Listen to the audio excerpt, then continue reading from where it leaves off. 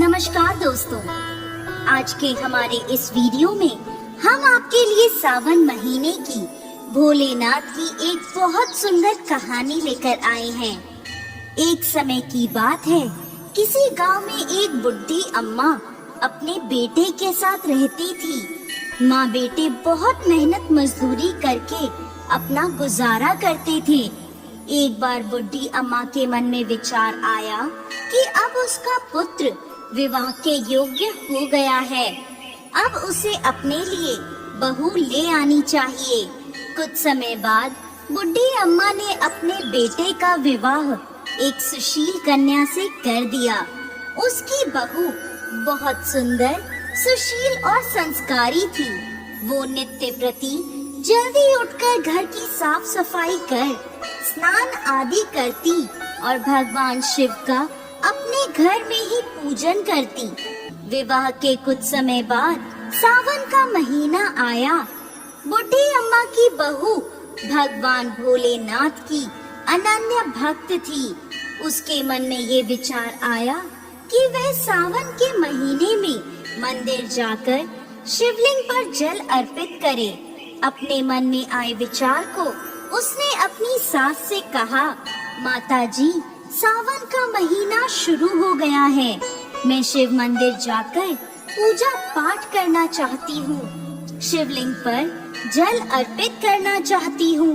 लेकिन बुढ़ी अम्मा ने उसे मना कर दिया और कहा, घर में ही पूजा कर लो, मंदिर जाने से समय बर्बाद होगा। इतने समय में घर का सारा काम हो जाएगा। ये बात सुन बहू उदास हो गई, लेकिन कुछ नहीं कर सकी।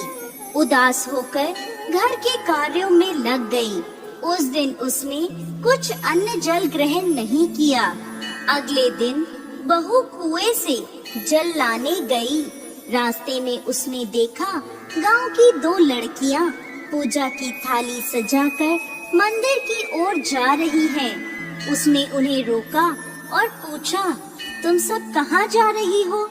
तब वह बोली, सावन का महीना शुरू हो गया है, हम सब भगवान भोलेनाथ का पूजन करने मंदिर जा रहे हैं।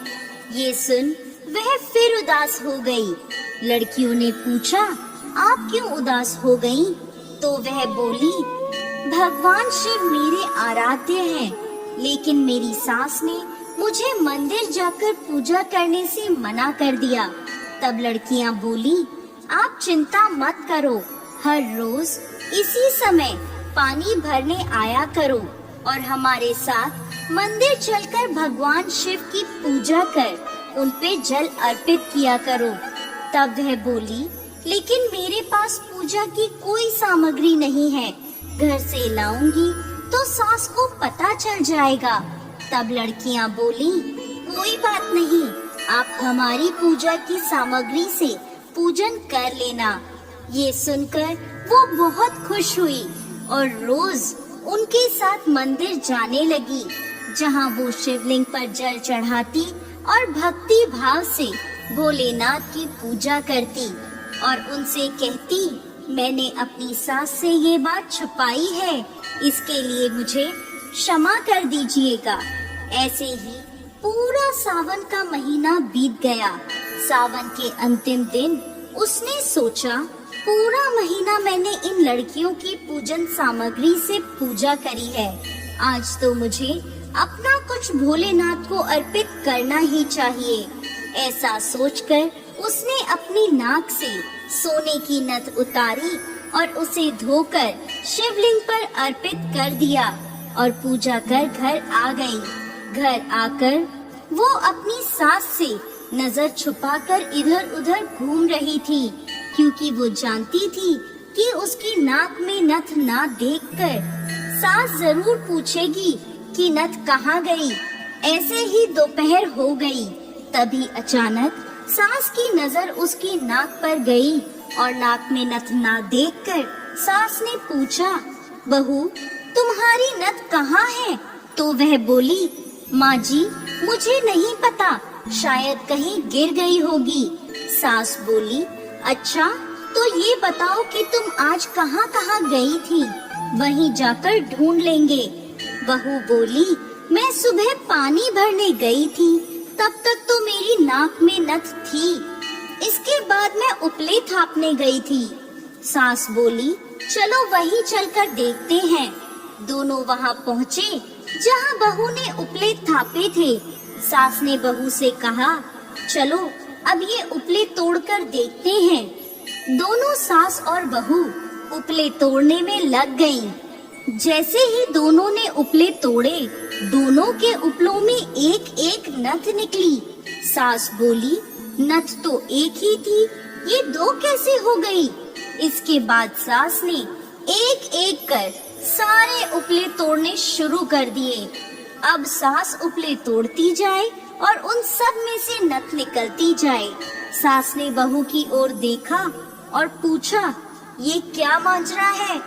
तब बहू ने सास से क्षमा मांगते हुए सारी बात उसे बता दी और कहा, ये भगवान भोलेनाथ का आशीर्वाद है। आज मैंने सावन की समाप्ति पर उन्हें अपनी नथ अर्पित की थी और उन्होंने मुझे इतनी सारी नथ वापस कर दी।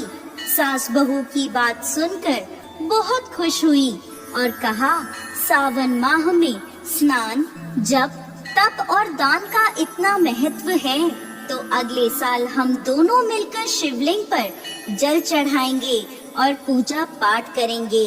अगला सावन का माह आने पर दोनों सास बहू ने नियम से सावन का स्नान किया, पूजा पाठ जप तप किया। भगवान भोलेनाथ की कृपा से बुढ़ी अम्मा का घर अन्न धन के भंडार से भर गया। बहू को एक सुंदर पुत्र रत्न की प्राप्ति हुई। हे भोलेनाथ, जैसी कृपा बुढ़ी अम्मा और उसकी बहू पर करी, वैसे ही इस कहानी को कहते, सुनते और होकार भरते सब पर करना। जय भोलेनाथ।